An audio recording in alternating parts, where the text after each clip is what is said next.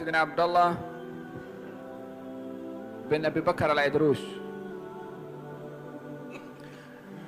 pernah mengatakan kepada anaknya, wahai anakku,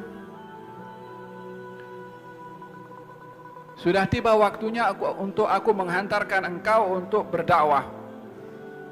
Tetapi aku terlebih dahulu mesti menguji kepada engkau sebelum engkau menjadi pendakwah. Kalau apa itu wahai ayahku? Engkau pergi keluar rumah dan cari orang yang lebih rendah daripada engkau darjatnya. Dia pergi keluar, pergi ke pasar, karena mungkin pasar nampak banyak orang sibuk dengan urusan perniagaan, kot mungkin tak respon keseruan adzan untuk pergi ke masjid karena sedang sibuk dengan bekerjanya. Nampak satu orang tua, masa time adzan dia tak masuk pergi ke masjid. Ini mungkin dia tak solat nih. Awalnya dia nak balik, nak bagi tahu kepada ayahnya, kalau aku jumpa orang tak solat, time ada seruan adzan. Kemudian dia mengatakan, iya kalau tadi saya nampak dia tak solat. Kalau setelah itu dia masuk, kot mungkin tak solat ada sebab-sebab tertentu, bajunya najis, kot nak tukar baju lain ke. Tak jadi. Last sekali jumpa anjing. Kalau ada anjing, binatang najis mughalladhah, najisnya najis berat, ini anjing lebih hina daripada saya. Dia akan bagi tahu kepada bapaknya, kalau aku jumpa makhluk yang lebih hina daripada saya, itu anjing.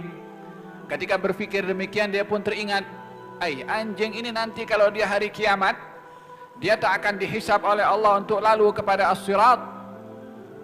Hujung-hujung kepada binatang ini jadi debu. Kalau saya dapat lintas sirat, saya masuk surga. Tapi kalau tidak dapat lintas kepada sirat, saya masuk neraka. Lebih baik anjing ini jadi debu tak dihukum oleh Allah berbandingkan masuk ke dalam neraka. Dia balik kepada rumah ayahnya, bagi tahu, wahai ayahku, aku tak jumpa orang yang lebih rendah daripada saya. Kata ayahnya, ini tiba waktu engkau menjadi pendakwah.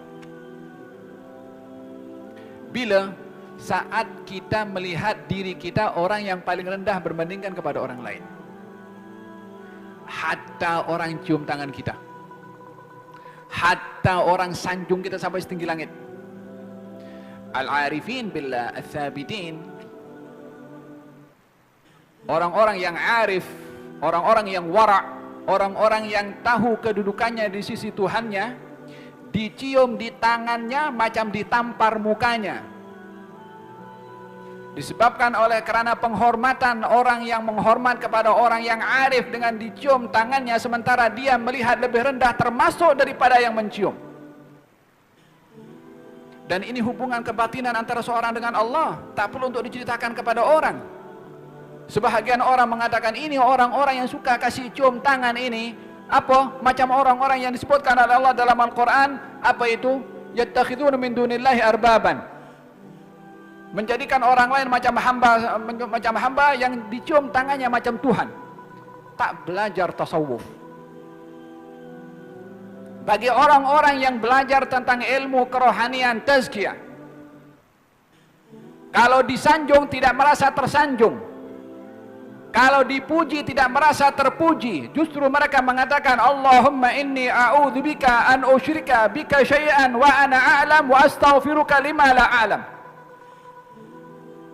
Ya Allah, aku berlindung kepadamu daripada sifat syirik, ke atas sesuatu yang aku tahu, dan aku berlindung daripada sifat syirik yang aku tak tahu.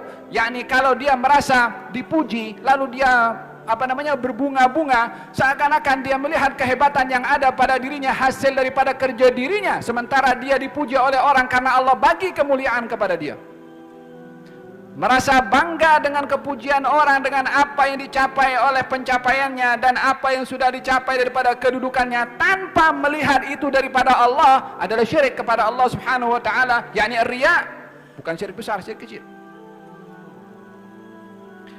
Faham toh?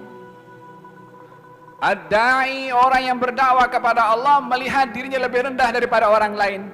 Ad-da'i lebih perlu kepada mad'u berbandingkan mad'u kepada da'i. Memang dari segi logiknya dia perlu kepada ilmu, tapi orang yang nak menyampaikan jangan merasa dirinya adalah lebih hebat daripada yang lain.